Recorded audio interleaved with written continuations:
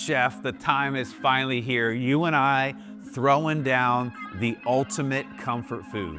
Absolutely. So what are we gonna make today, Chef? I call them shorties. I call them short ribs. Either way, they're gonna be delicious. We're gonna do a short rib ragu. It's gonna be slow and low all day. Have your favorite game on. This is not your Wednesday night dinner. This is something that's gonna take a little bit of time, but it's gonna be delicious. And I'm gonna throw down a little fresh made pasta. Everybody says, make your own pasta. It's so easy. So we're gonna show you how to make your own fettuccine and do a little braised short rib ragu. All right, Chef, you ready to rock and roll on the shorties? I'm ready to get going. So we're gonna start with a little bit of seasoning. I've got some black pepper going over the top of that.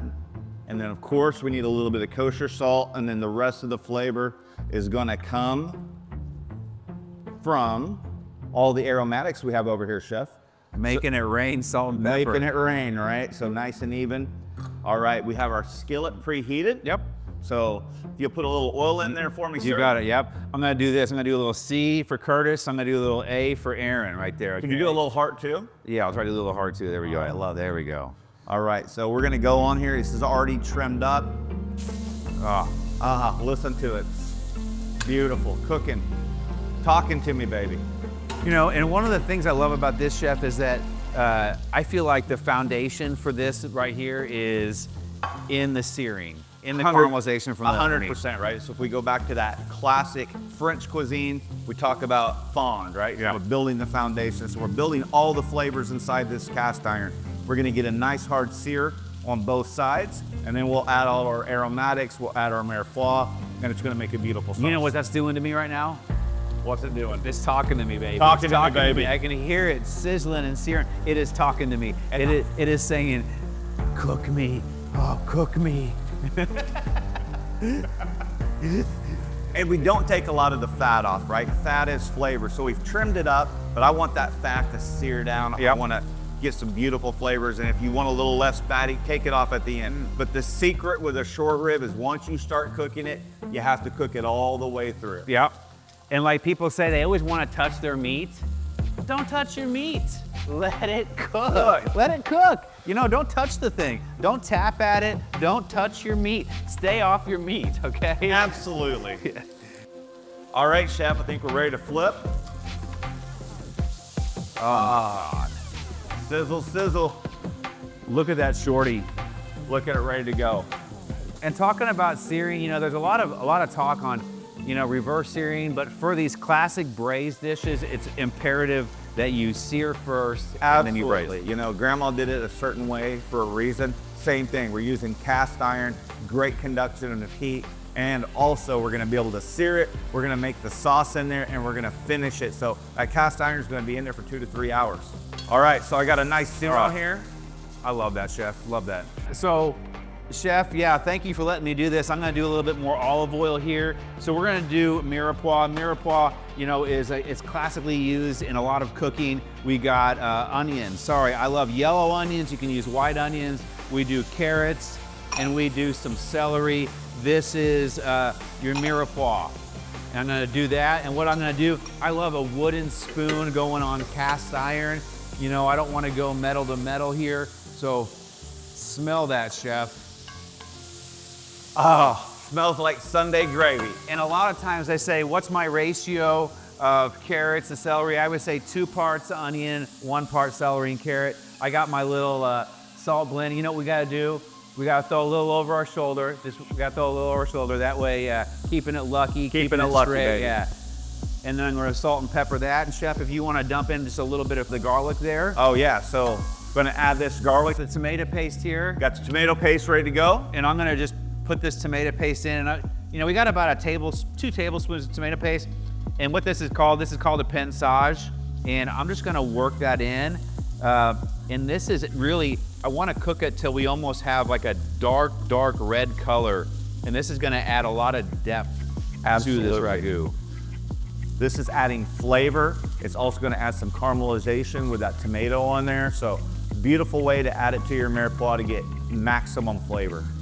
And then if in about another 30 seconds, if you want to hit me with that wine to deglaze, I got to get this wine out of here before you drink it, chef. Yeah, well, I mean, we did try it. Yeah. They always say that you never cook with wine that you don't want to drink. You know, it doesn't have to be super expensive, but if you wouldn't drink it, don't cook with it. I like a Cabernet, you know, or like a red blend, a big red, or even a Merlot. You could do a Pinot, anything red. But my go-to is a Cab. All right, chef, we got some beef stock next. We got some beef stock, so we're gonna add that next. Oh, look at that. And that's gonna be our braising liquid that we are gonna use. And then I saw you picking some dried bay leaves from our garden back there. We have a dried garden back there, so I got some dried bay leaves. We're gonna throw those in there, and that's okay if they're a little broken, that's totally fine. I've got a little bit of fresh thyme. And then last but certainly not least, we're gonna add a little bit of heat with some red pepper flakes. You can put as much. If you don't like heat, keep them out, it's all right. I was hoping you would feed me. Yeah, I would. Don't tempt me with a good time. I think a little more salt and pepper. A little more salt and pepper. Here we go. That's gonna reduce down a little bit. Yep. I think we're ready to add our crushed tomatoes. And then we're just gonna incorporate all this together. And we want this just to reduce, you know, by about a third, just to thicken up nicely. All right, chef, I think we're ready for the final piece. It's the final countdown. Here we go, We're gonna add that. We got that short rib in there.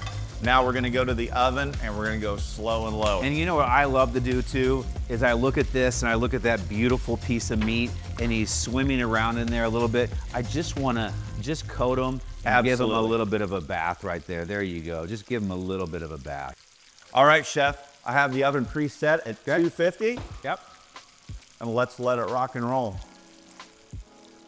Man, can you smell it?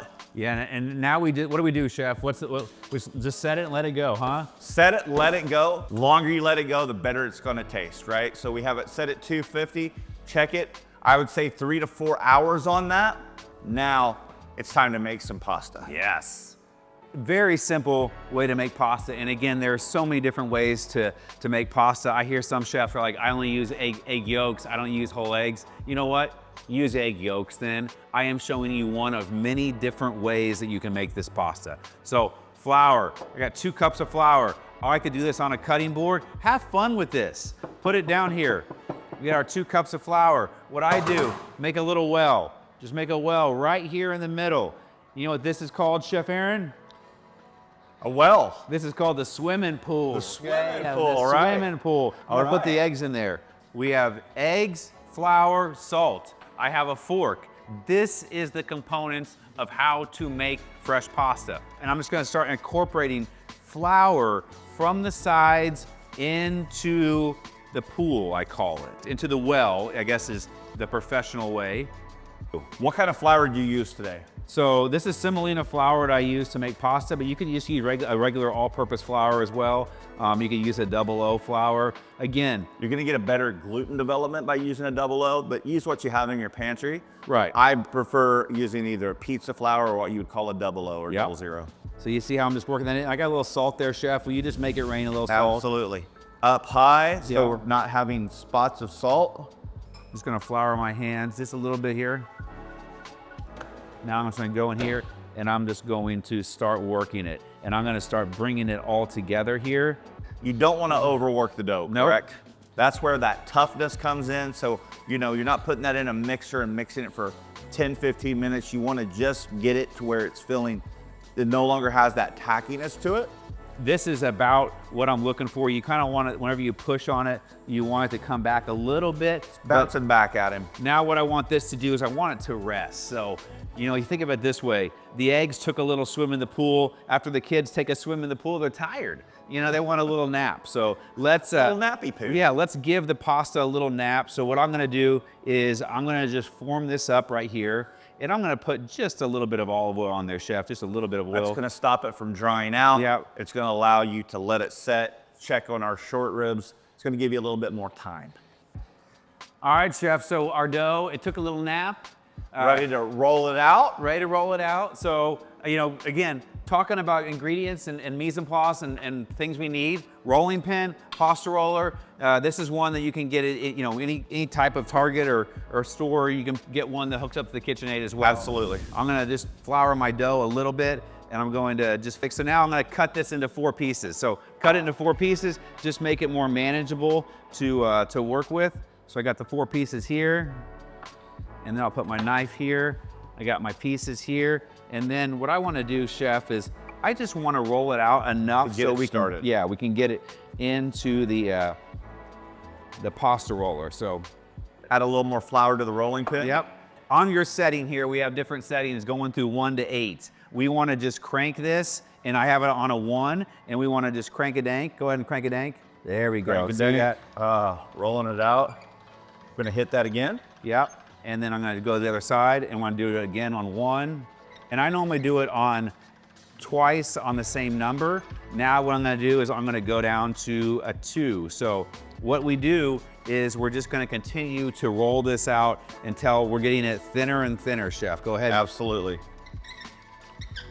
And we're getting that traditional length on it that way too, right? We wanna try to get to about an 8 on our roller. And again, it gets more delicate the thinner you get. So go ahead and roll, Chef. But if you notice the way he's holding it, he's getting at the bottom and the top. So as it gets more delicate, he's making sure that it does not tear.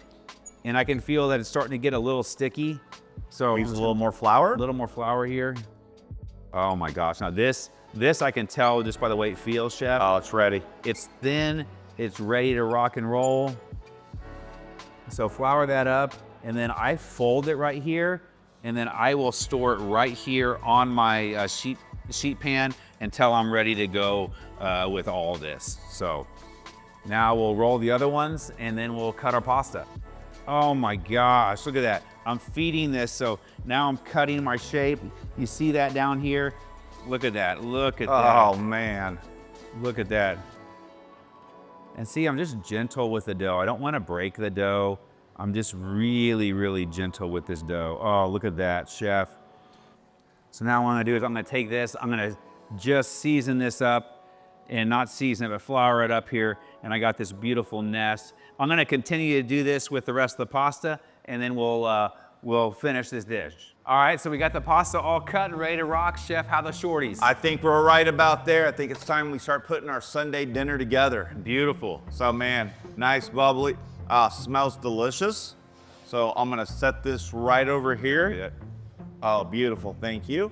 So that's the biggest thing about these shorties is you know they're done when you can take a fork and pull them apart. So we have our fresh pasta that we just made.